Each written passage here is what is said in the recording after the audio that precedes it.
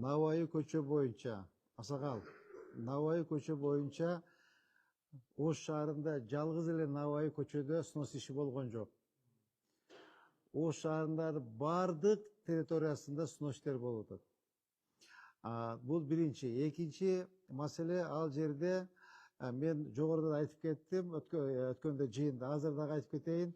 Ошол жерде канча үйлөр снос болсо, ошонун бир 2-3 эле үйдүн госактысы бар. Алар менен биз жекече сүйлөштүк, аларга либо компенсация төлөп беребиз, либо ошого равнозначный жер тилкесин берип сүйлөштүк. Так, Navai көчө бул чоң проспект болот.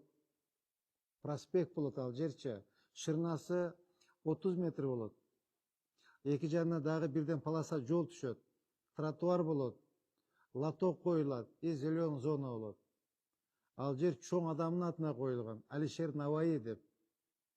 Ошо Алишер Navai'дин атына жараша көчө болуш керек ал жерчи.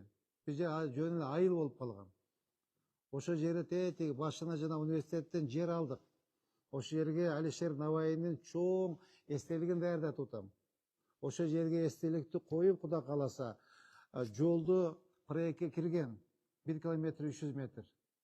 Жолду жакшынакай кылып, стандартный кылып, жол кылып, ачып, даярдап, эстеликти коюп, татынакай кылып, жол кылып ачабыз ал жерде. Ал жерде Кудай кааласа, жолубуз бүткөндөн кийин эстеликтин ачылышына консулду чакырабыз. Керек болсо Өзбекстандын акимин чакырабыз.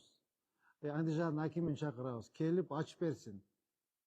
Анткени ошо мынакей Чыңгыз Айтматов атындагы проспект бар Ташкентте. Тым эле татынакай проспект болуп турат.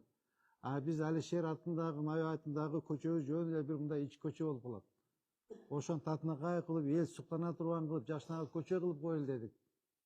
Ошол жерде азыр бузулуп объекттер бардыгы 2010-жыл тополгон келсе жакшы билесиз аба. Бардык кызыл чызыкка чызып алган, чыгып алышкан. 7 метр, 8 метр. Мен өзү өткөндө сизге өзүм барып көрсөттүм. Тетиги эмени линия застройканын ар жагында. Кийин алына чыгып кеткен. То есть ал маселе боюнча чечилип атат. Кудай кааласа, урматтуу президентибиз дагы кечээ мен барганда айтты. Элди капа кылбагыла. Жерди участогын бергиле, компенсация төлөп бергиле деди. Анда эч кандай маселе болбойт.